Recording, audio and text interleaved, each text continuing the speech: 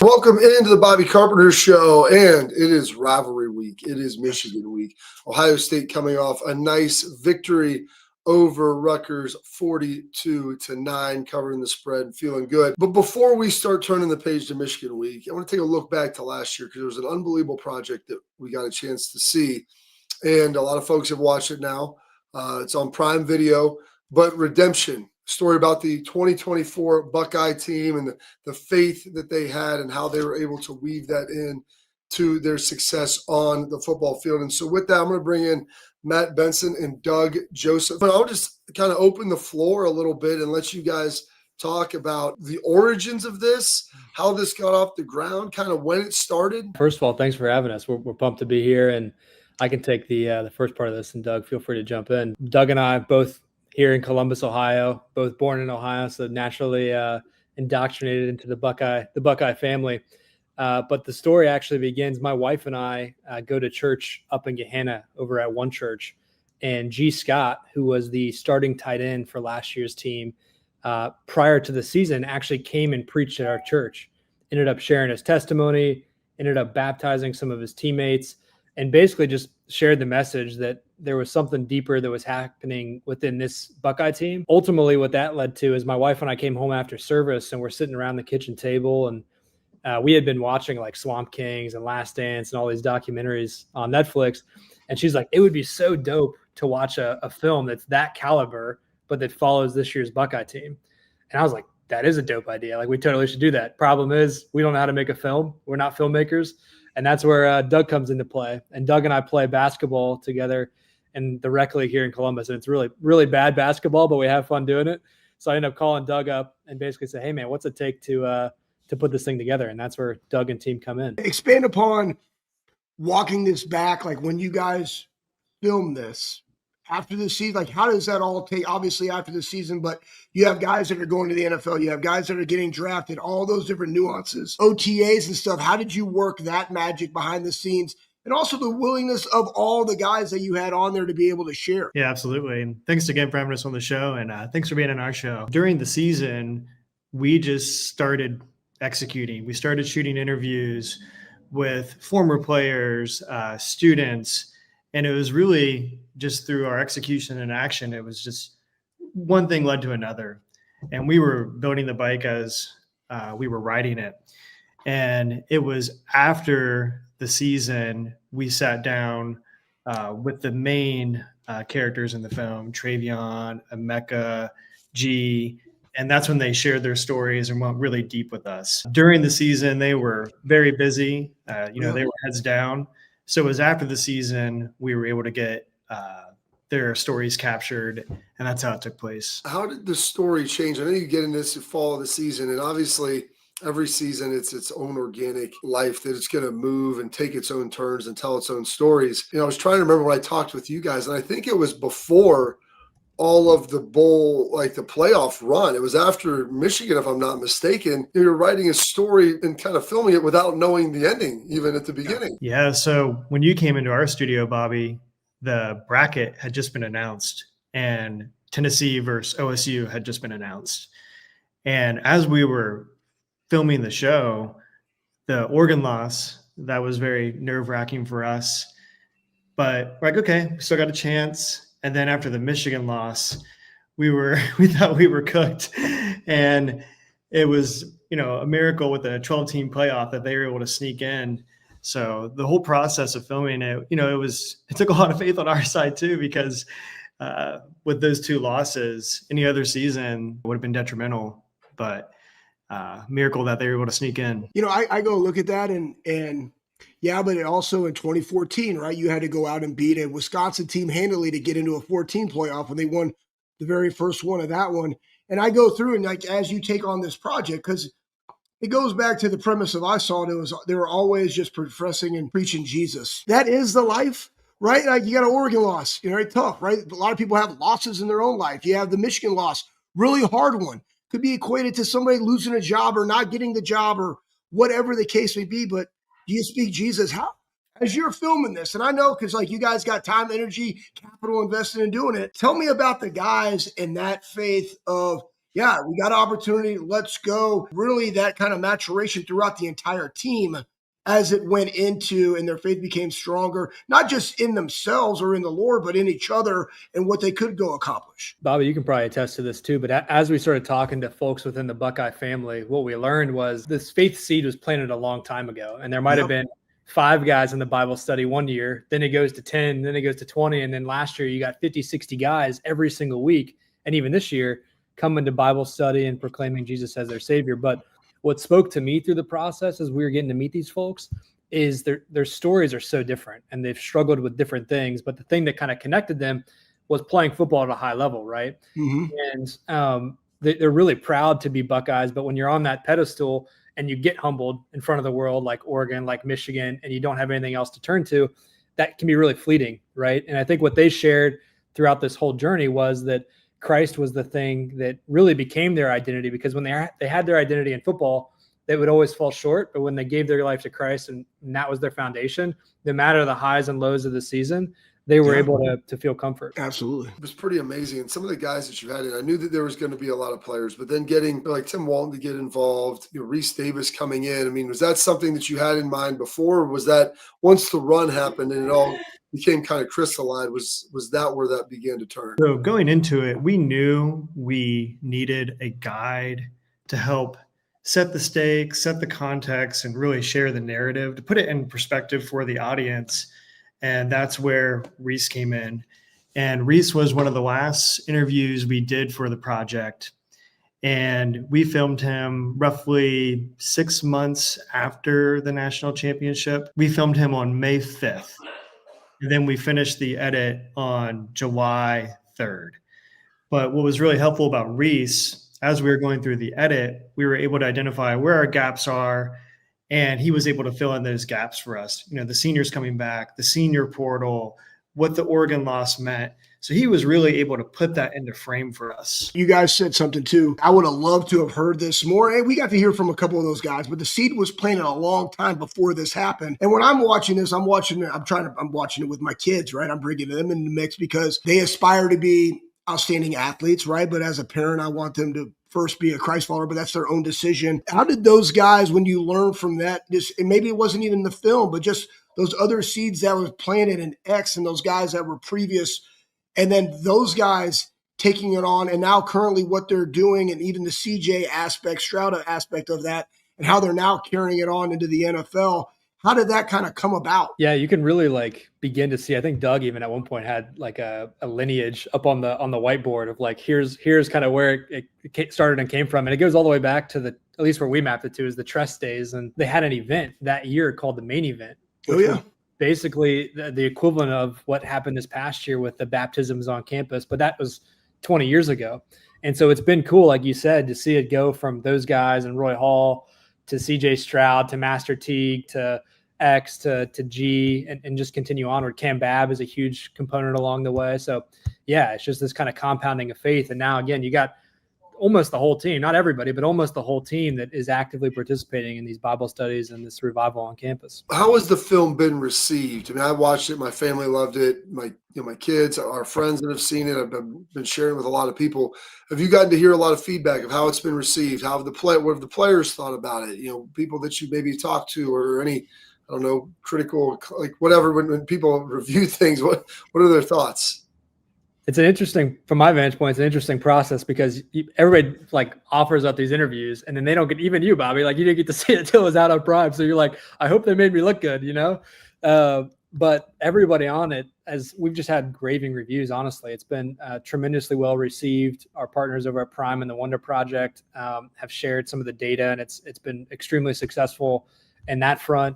And so I personally haven't seen one negative comment on any of the social platforms or any of the feedback we've gotten. Yeah, it's been overwhelmingly positive. And I'll answer that question with a question. I'm curious to know from your side, Bobby and Schlegs, what you liked about the film. Were there certain scenes or sequences that stood out? What I enjoyed is kind of the narrative of how it kind of moved around back and forth in the football and faith element of talking about starting with the faith and going to the football and talking about the journey, the highs and lows, bringing the guys in, talking about the situation, diving back into some of the guys' individual faith journeys. with G or with Trey and, Mech, and just kind of how they all have kind of came to it on their own while you're telling the story of the season. And also really, especially for G, like the story of his career, because a lot of people think you get to Ohio State, you're a 4 or 5-star player, all of a sudden you get there and you're just great and everything's gravy for you. His personal struggles and his personal story, and Trey to a lesser extent, but I thought it really humanized those guys in a way that maybe you don't typically see that for a college athlete. I'm going to go into this, Bob. I mean, player, coach, believer, got to work with a lot of those guys that interviewed. The thing is, regardless of where you are in there, you don't know what everybody's going through. And I think that's one thing, like I try to tell people, I try to tell coaches, like, you don't know where they are. And that's the art of coaching, and to be able to get in the weeds, ask the right questions, be there for support. A lot of our coaches at Ohio, one thing I took away, like you had OG Walton there, but like a lot of the coaches are willing and able to help. We see a lot with Ryan. We saw like Mick, like, hey, can we get the Tubs to go do baptisms? Absolutely. There's a lot of guys within that building that care about their growth and development as men and how they're growing in their faith and the willingness for them to do that. But that is also part of what makes Ohio State special. But it goes back to life on life. And that's what I really took away from it. Not only was it themselves, again, they saying that they're not perfect, still willing to be able to go out there and profess their belief, to go do something in the midst of what the season is on campus. Because I believe that main event, I remember it because I spoke at it, and that was after the season, I believe.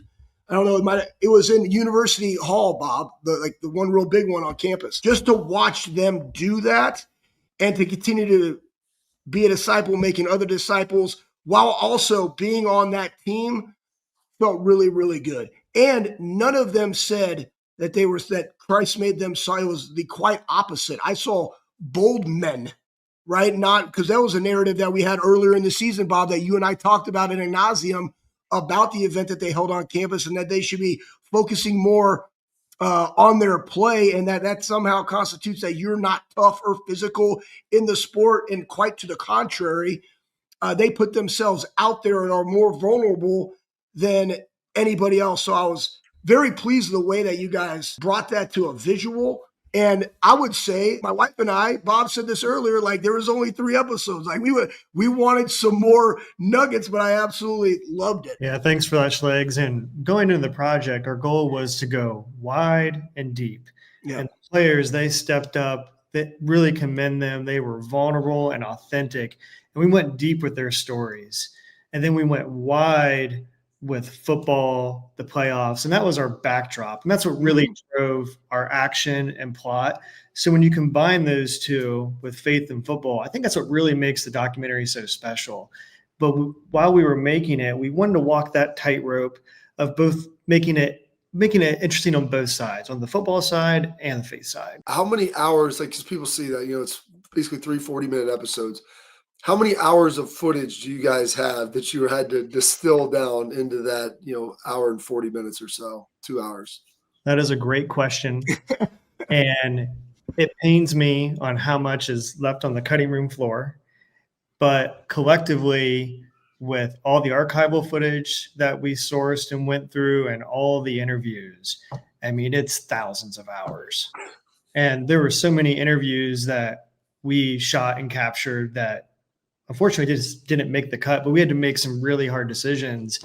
And kudos to our entire team. We did this edit from basically, I mentioned earlier, Reese Davis was shot May 5th, and we finalized the edit on July 3rd.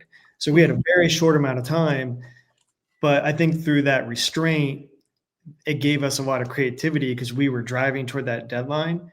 And just naturally, there was just a lot of interviews that we couldn't work in, but we stuck the landing and got it finalized. Yeah, that's awesome. Hey, I want to ask you this because a part of that game, and you guys articulated the meeting, and I don't want to talk about the meeting. I want to talk about that aspect of the love for each other, right? Going into a rivalry game. Can you expand upon that a little bit? Because I heard that was in there, those guys, and going into this week afterward of playing for the love of each other when you go into these type of huge big games, rivalries, the game, etc. Yeah, I mean, I think the exact quote was from G, and it was something to the effect of like, in that game, we played from a place of hate, and it's been something that we kind of was put onto us versus playing from a place of love. And I think even growing up, I mean, I didn't play anywhere near Ohio Stadium, but growing up in Ohio, there is just like this perceived hate that we have for Michigan, right? And I think what I'm hopeful for this year is that those guys realize that, hey, what we've been doing the past couple of years hasn't necessarily been working, but when we play for the love of each other and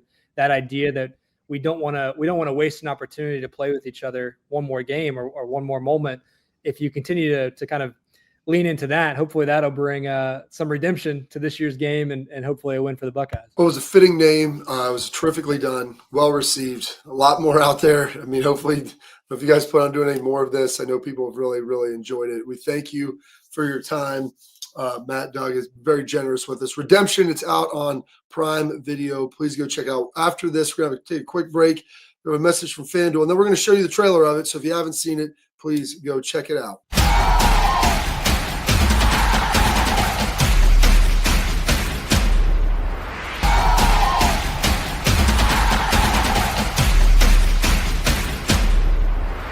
Welcome back into the show. Great job by Matt and Doug talking about the Redemption show. We've got the trailer here for you. You can follow it on social at Watch Redemption. Make sure you go check it out. Yep. Here is the trailer. In such a busy time when everything's about them, they're making it about him. Ohio State is a very unique job. As a coach and as a player, you better be the best at what you do. You know, you're playing for one of the premier schools in college football history, and you can feel it. Walking into the shoe, you really got to go hard or you're going to get exposed. There are a lot of places you can go. You know, life's a little more comfortable. If you're into comfort, this is a bad place to be.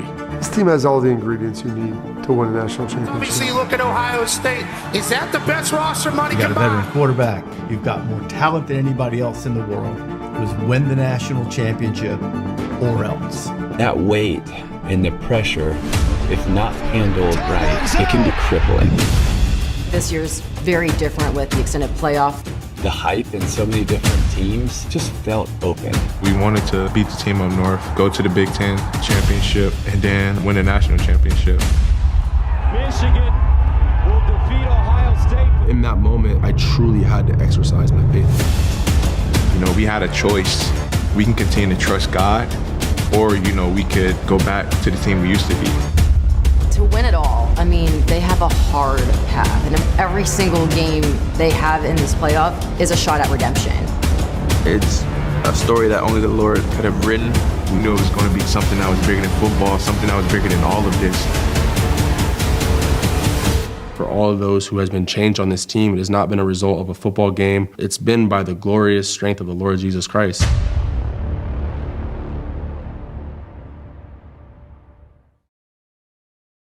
Wow. Go check it out, folks, on Prime Video. I'm glad you got a chance to watch it. My family watched it. I love it. I might watch it again, Schlegs. I don't know. They said that I wouldn't do it, but maybe I will. 1 Corinthians, I think it's like 13. It's like kind of at the end. But the greatest of these is love. And that's what I kind of got from it. And again, I say that because we're going into this week. And Bob, I haven't forgot because I've already made, I got to send you the video, that little snippet that you asked. And literally in there, I talk about the true soldier fights not because he hates what is in front of him, but because he loves what is behind him. And that to me is what this game was. And we talked about it a little bit last week, but in 2004, we go in there, not the season that we wanted. We had some really great seniors, Dustin, I mean, there's a bunch of them, right? Like Simon, who's a freaking doctor now. You want to go out there and win that game, not because we hated Michigan, but because we love those dudes. Right, Bob? And like that's kind of the point and what the mantra is of Ohio State football, and that is fight. And I know Keenan Bailey has like fight with your brother, fight for your brother, right? For the love of your brother. Like that's what it's about, especially when you go into this week.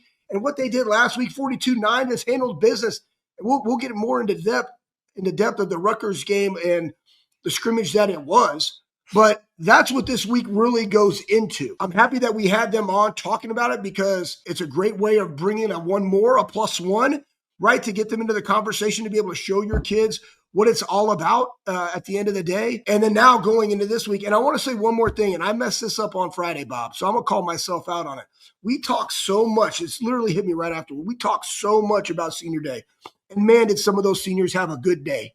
Yeah. There's also, and I messed up on this, man. because there's so many people that are Buckeyes that are in there that play a significant role, and that was their senior day as well. And there's more to this, but that's the band. That's the cheerleading squad. That's the athletic trainers that have been there. That's the equipment dudes, Bob. You know them, man. Like those dudes are there all the time, hustling around. So many different people, senior day, last moment in the shoe. And guess what? Those senior Buckeyes and that team, out of love, dominated that game in a scrimmage-like fashion for them. Oh, and also Jerry Emig, the longtime SID at Ohio State.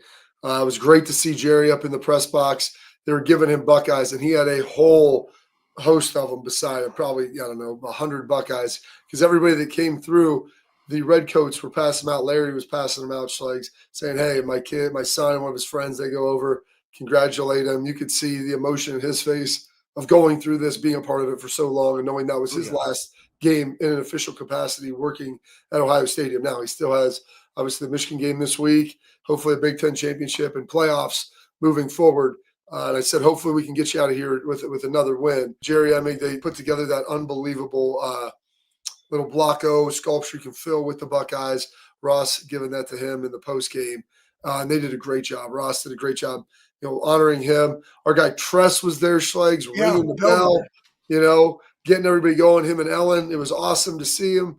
Got to see Ted Slapshot Carter up there during the game, and it was a lot of fun. And so I'm watching the game. I'm sitting there looking up, and it's like 14-3. We're kind of moving the ball, like coming out of half. It's 21. We score, and everybody's like, it just doesn't look very good. Like it doesn't feel all that great. It wasn't like a smooth, clean game. It kind of felt a little clunky, Schlegs. And I look over at Ross and I go, hey, we're going to look up, and it's going to be 35-3. And you're going to walk out of here, and the spread's whatever. Not that that matters. But, Ryan, the Buckeyes have covered 11 of 12 games this year. So you talk about winning, how you're supposed to win, how it's supposed to look. And they end up giving up a touchdown, obviously late, but they put a touchdown on there. So they still get the 42-9 and not the 35-3. But when you do that and it doesn't really feel that good and it doesn't look great, and there's some drop balls and maybe some penalties and a fumble in there, and you're able to do all that and it doesn't feel good, and then you look up and you're like, well, that was just kind of a ho-hum victory. Yeah. And everybody hopefully got out of there healthy. For the most part, I know Lorenzo Styles came off the field. He was a little nicked up. It looked like his shoulder was bothering him. It's something that's he's had some issues with in the past. I mean, everybody else got out of there and it was good. And so I'm going to get your thoughts on kind of how that felt. Is it a good thing? Is it a bad thing going into Michigan to have a game like that?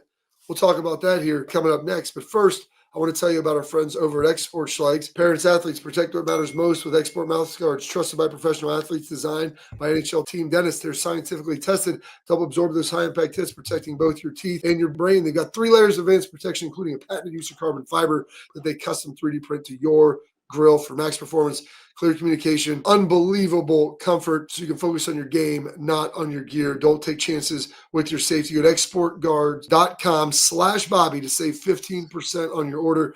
Export, protect what matters most. We have momentum coming into Michigan. Schlegs will tell us coming up next.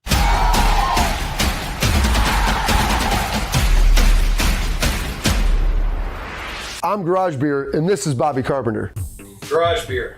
Beer flavored beer. Beef with an F? Okay, my bad. It's crisp and cool and doesn't taste like I'm Bobby Carpenter. I drink in garages because my wife says I don't belong inside. If you like a cold breeze on your bag, drink Garage Beer. It's American and so can you. Garage Beer. Beer flavored beer.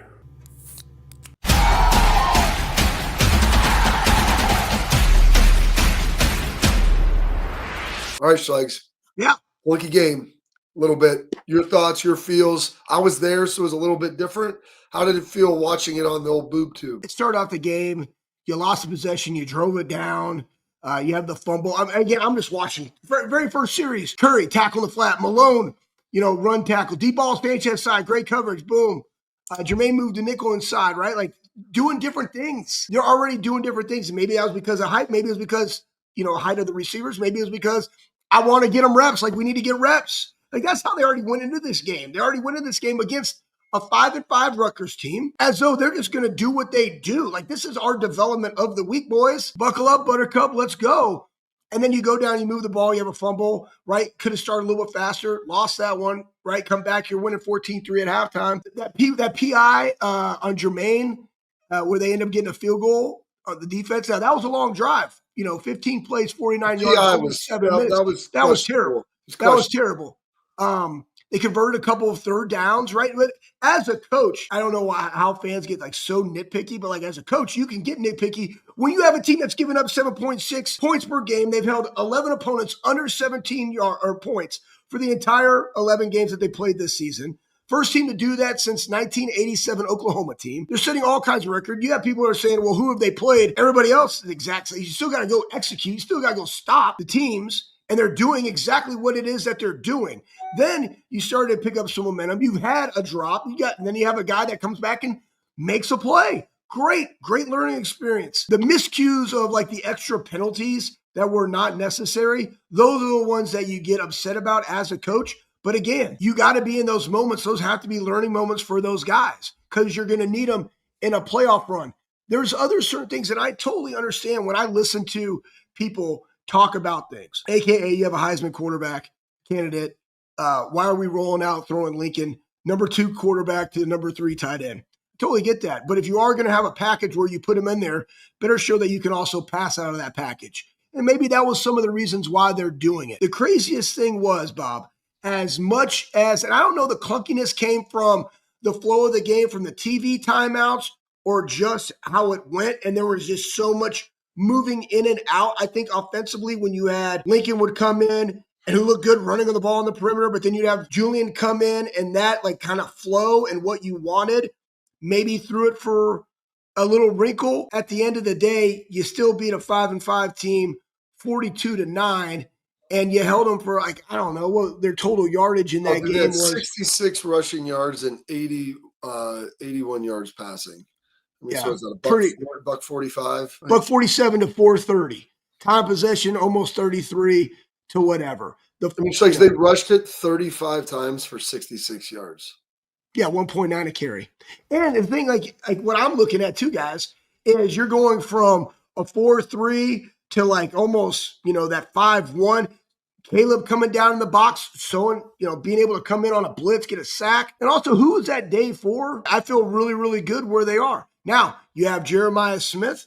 You have Carnell Tate. Do they make this game more explosive than there? 100%. How long would you have seen them in there? Should they have been perfectly healthy? Probably a half or maybe a quarter and a half. You're still going to have these other guys go in there. That's what this game was. And so I'm sorry. Talking to some of the people during the game, it almost has a feeling of like a spring game element to it. Like, look good, do some good things, get out of there healthy. And like I think that's what kind of attributed to maybe some of that like clunkiness and weirdness of maybe it didn't seem like a fully cohesive game. But then here's the thing: your guys step up and make plays. Like I was so happy for Caden Curry on senior day. 100%. They robbed him of a touchdown. Like the score. They did. That was a score. Like I couldn't see. They didn't get the replay all that well. Like, but it looked like the ball, Schlegs, before his rear end went to the ground, it looked like the ball cracked the plane. Did it not? For his athletic ability, and remember, that was great.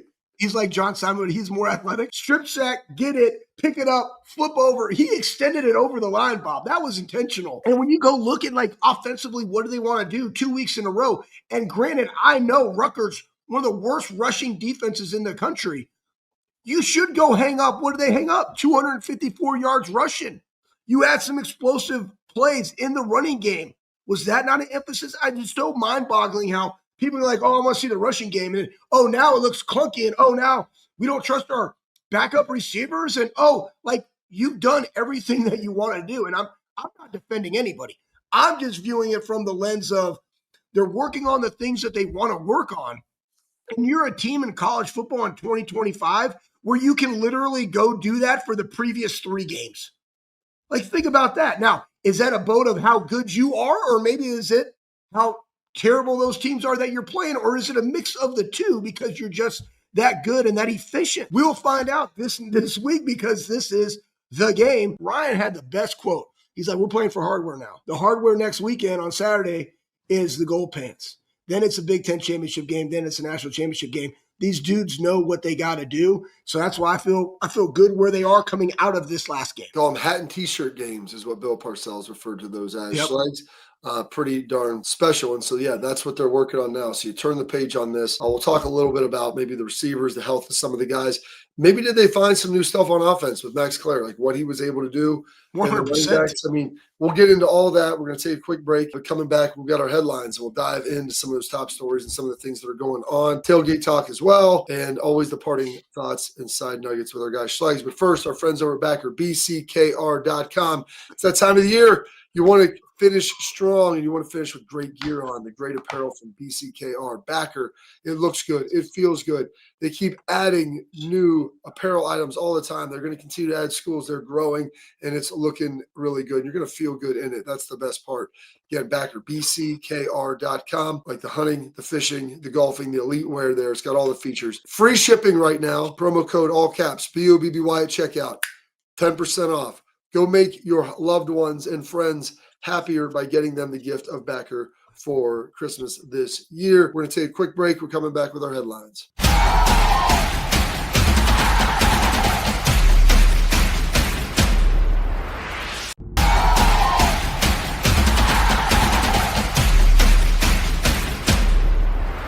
Welcome back in. And I didn't even mention this about Backer Schlegs. It was on before. Free hat with promo code Friday hat. How about that? Hats are looking good, looking strong. You love the hat. I love the hats. I love it. They're good. Talk a little bit more, Bob, because I want you to talk about they rushed for 254 yards. And you 100% Max Clare over 100 yards receiving. Bo Jackson, 5 games this year. I think he ties the record at Ohio State with games at 100 yards with J.K. Dobbins back in 2017 as a freshman. Talk more about that run game, that fit, the things that they did up front. Going to depth, like that looked really freaking good this game. It really did. And it was great to see James Peoples get him going with the long run. See some again. Yeah, like that's another guy that 2 big plays in a row in 2 weeks now that, you know, there's maybe some juice and he's finding himself a little bit. It's like, you know, this confidence is a very, very fleeting thing, but it looks like he's confident now, playing good football. So you found him. You obviously said Bo do what Bo does, 100 plus yards on 19 carries, couple touchdowns. I thought Isaiah West looked good. Like all of the guys, like even Link, like they all outside of CJ, who was really just doing the short yardage work, but everybody else really had an explosive gain. They all had some pop, and that's good to see guys coming out the back end. Except I feel like that success begets success, and you have that confidence now heading into the final game of the season. Yeah, I mean, Lincoln had a 22, Isaiah had a 28, James had a 49, excuse me. Bo's longest was 15. They look like they were hitting the hole really good. And then you're going to get people that's like, well, I guess they know that we're running at this play. And then some of the other crossing routes guys were set up off the play action pass of the run.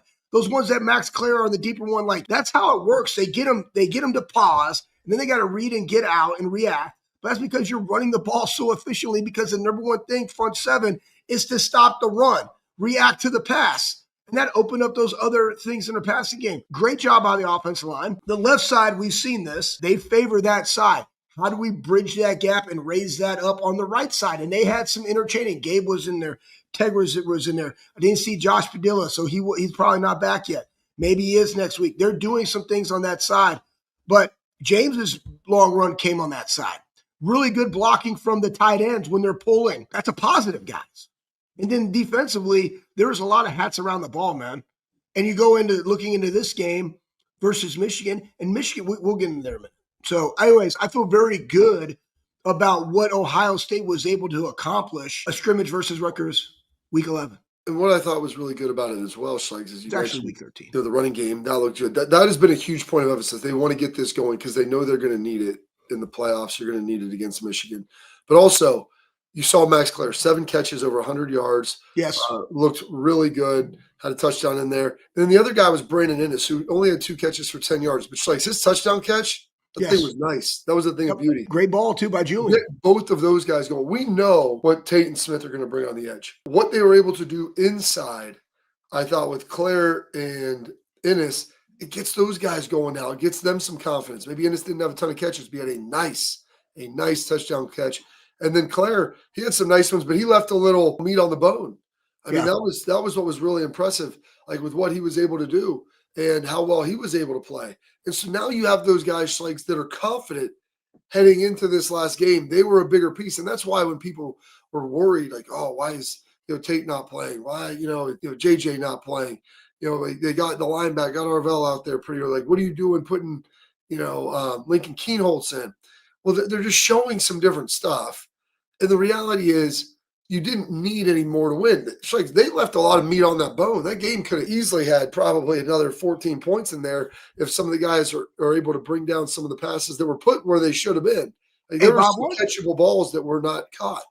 Why don't you go into the thought process? So Ruckers had the ball. It was inside. It was on the Ohio State, probably 47. They were thinking about, I heard this, right? I thought he was going to call a timeout, 50 seconds left. You have one timeout left. It's a 14-3 ball game at this time. And just going through, because all right, if I call the timeout now, do I give them time to then go for it potentially on fourth down? Are they going to punt it? Do we want to push the envelope there when you're going 14-3 at half, knowing that you're going to get the ball back in the second? Was that an opportunity to work on some things? I understand the thought process, and I want to hear your take on this too, Bob. But sometimes it's like, okay, yeah, I could work on that, or we work on that every week in practice as well, and it looks really good. Do I just want to go into halftime because then they got the ball back and they just ran a play and then they were out of there? What are your thoughts on that? Because it was kind of like, well, the 2 minute that I want to run it with, I got the two guys that I want to run it with and on there. So it's like, okay, I'm just going to let them get out of here because I'm getting the ball back in the second half to start. Well, one of the things that was tough, was that when IGB's interception, was that right before half? You know what? It was. Because I think there was about a minute left, and they would have had an opportunity. I thought, man, this would have been a great chance to get a little 2 minute work. It was illegal hands to the face. That was defense. Yeah. So we had 11 play, 98-yard drive, by the way. Nobody's talking about that. That's fantastic. Oh, yeah. Right? Ruckers almost 7 minutes. Yeah. 98 yards, guys, right? And then they had that run for 12. You had a PBU by IGB. Then you had the pick by IGB, like 2 plays in a row. Edric illegal hands to the face. Then you had a sack with Sonny and K-Mac were all in there, and then it was like 4th and 9. And I even put on my sheet, why else you not take a timeout, 50 seconds left? Maybe they want a 2 minute drill. They had a 37-yard punt. They run it, and boom, now we're at half. That's why I was asking you, because other people were asking. And I understand both sides, too, as a coach. 100%. I don't think Ryan wanted to make it any longer than the game needed to be. I think that's probably why he didn't call timeout. So we're going to take a quick break. We got our tailgate talk slides. We'll continue to dive into this and then start looking forward ahead towards Michigan. I know people got a lot of questions out there, so let's hammer into some of that. We're going to take a quick break. We'll be back here in a minute on the Bobby Carpenter Show.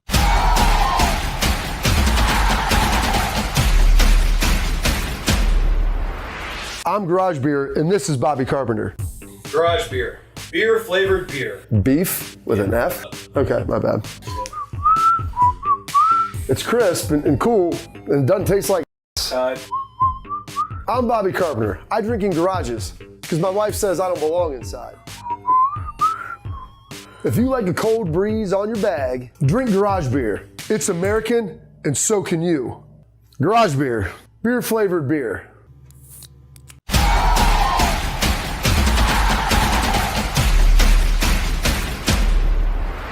Going back quickly, why didn't you call time out there? I think Ryan was like, hey, let's just get this thing out of here. Like, let's just get it rolling. I feel bad for IGB because he's a Jersey. I think he's a Jersey guy. I think he's a Jersey guy. They're playing Ruckers. They're taking shots on him. He made a great play, goes up and gets it. And I know that would have been a big deal for him against, Ruckers, even though they're not the greatest team in the world. But to be able to go out there and show out and show up like that in a big way, like that's pretty awesome. Yeah, he took away the celebration they had. He ran over there. Ran over, gave the ball to his family. Yeah, it's terrible. Gave the ball to his family, and then I'm like, oh, Edric, come on now. Because I was like, there's no PI on him. That was great defense. So he did a good job. Anything else? Ohio State in this game, again, when you go back and look offensively, you can say whatever you want, but they were so efficient on first and second down. Guys, they were 50% on third down, and they were 3 of 6. Yeah, you only have 6 third downs. That means you're so productive. I mean, what are we talking about? You're so productive on first and second down. Well, why are they running that play? Well, then they just go get a first down. Why are they running that play? Then they just get a first down. People have to take things in the whole context, which is why I don't like getting on the X machine and stuff. And I like being able to talk about what we're seeing. And the whole thing was to build. They literally utilize this. And I go back to, it's not what you perceive as the plan. It's what Ryan Day and his staff perceives as the plan. And their plan has been building to this moment to be all gas, no brakes. When they want to ratchet up, they can, and win the way that they want to be able to win. However, and he says this, not how they want to win a game, but how the game dictates that we got to go win the game. And what does Ohio State do best to go win that game? I think that that's what they wanted. They've been able to develop the running game. You have 3 young running backs, two freshmen and a sophomore that have been having some big hitters as of late. They wanted to work on their running backs of first contact, like being able to make the first guy miss or run through contact. Great. That's been improving. The pass pro from some of the younger running backs have stepped up over the last couple games. That's a plus. The offensive line and what they want to do to be able to create those holes, plus, right? You got some other guys back. Then defensively, what you have to go on the road, Bob, tough gutchies and a defense. And the defense is playing at an elite level, finishing the game with 4 sacks, 6 TFLs, and holding the team to 147 yards in the game. Yeah, guys, in the game. And that's consistently week in and week out. Now we get to see what happens in the game. And another single-digit performance with 9. I just don't think people understand how freaking hard this is, regardless of the competition level, to be able to go do that. Yeah, that's the thing. It is. It's crazy. All right, we're going to hit a quick break right here. Coming back with more of the Bobby Carpenter Show after this.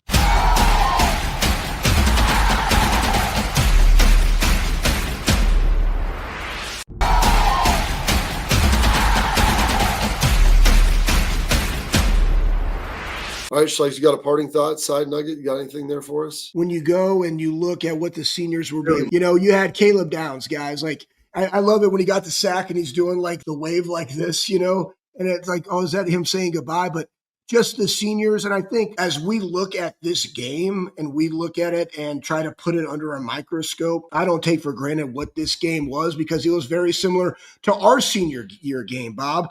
The one before the game, going on the road, beating a Northwestern team 49-7, being taken out of the game quite early. Those guys going in and producing, Sonny was flying around, and Caden and KJ and all of those guys, what that means for them, the culmination of this year and now going into this one. I just thought they played fantastic. They played together. They played out of love for each other. And now it's on to this one. And it was a perfect way of capping off that career of playing in the shoe. The shoe was defended this year, never lost at home. And now it's on to this one. Very, very fitting for those guys. And they appreciate that. And the other thing too is, as they were leaving, they stayed, man. They high-fived the fans. They signed autographs for the fans. They know what it's about. And very, very proud of this senior class and what they've accomplished up to this point. Absolutely. And congratulations to those seniors out there for doing a great job. Got one more left in the regular season. And I was talking to Caden Curry. I said, congrats, man. He goes, we're not finished. I go, no, you're not. But you're finished in this stadium, hopefully. So congratulations to those guys. It was nice for the seniors last year. They were able to come back and get that Tennessee game, to walk out of that stadium for the final time with the victory, because you know how much that means. All right, Schleiks, we've got the Michigan trailer. It's time to turn the page. Let's go. 11-0, Ohio State, Michigan, the game.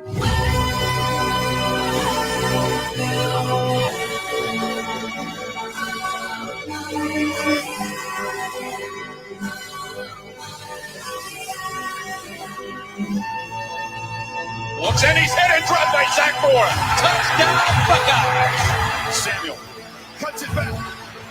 Ohio State wins.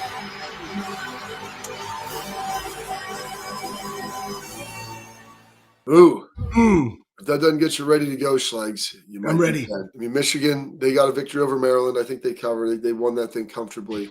They're coming in feeling good. You're going up there. It's funny, Ryan Miller goes, you know what? With all the flag planting nonsense going on, he goes, you know what we need to do? We should have everybody that goes up to the game bring up Ohio flag, the state of Ohio flag. And after the game, hopefully with a win, he's like, you walk on down, not on the field, but just get over there. And we get a picture of just the Ohio. We don't need to plant it, just holding the state of Ohio flag. You can see it in the background. And he had done that with his boys probably in 2019. Was the last time. And he goes, they got a nice little picture of it there. And he goes, let's see if we can maybe get that going a little bit. I said, man, I'll do my best. We'll get it out there.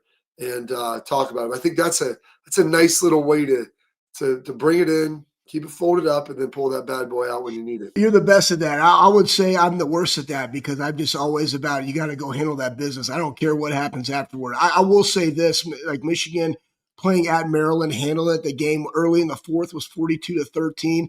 Bryce Underwood had one of his better games, 215 yards passing, 16-23. Their leading rusher was out of the game. Their backup running back had over 100 yards with 3 touchdowns. They rushed it 50 times. And I think that's the thing. I think this defense is ready to be tested physically up front to be able to stop the run and force them. And also Michigan gave up 200 almost 80 yards passing in this game to a Maryland squad. But they dominated. Michigan dominated third down, 12 of 14. Like that's how you score that many points is you win third down. But how did they get to 12 of 14? That means they won on first and second down and had a lot of third and shorts, which will be the key going into this game. How do you get them into third and long as a defense? And that's, to me, I would say this, Bob, one of my favorite memories of this was both games that I was able to be blessed to play with you and AJ and all of our dudes in this 04 and 05. After this, it was just the sheer exhaustion, mentally, physically, emotionally, of playing in this game and celebrating with your teammates. That's it. It was a big lipper and just sitting on a stool, just like soaking it in. That's what I remember. I don't remember, like, flag playing. I don't care. I care about my boys. And we went out there and did it together and everything that meant for the state, for our university, and for us. That's what I want them to be focused on, of like, just go out there and accomplish the mission. Absolutely, Schleiks. Well, that mission is going to be taking place Saturday at noon. We got a whole week to get juiced up and let the froth build. Got a little turkey day on Thursday. It's going to be a fun one, man. It's going to be a fun week for us. There won't be a show on Thanksgiving, but stay locked in here on the Bobby Carpenter Show.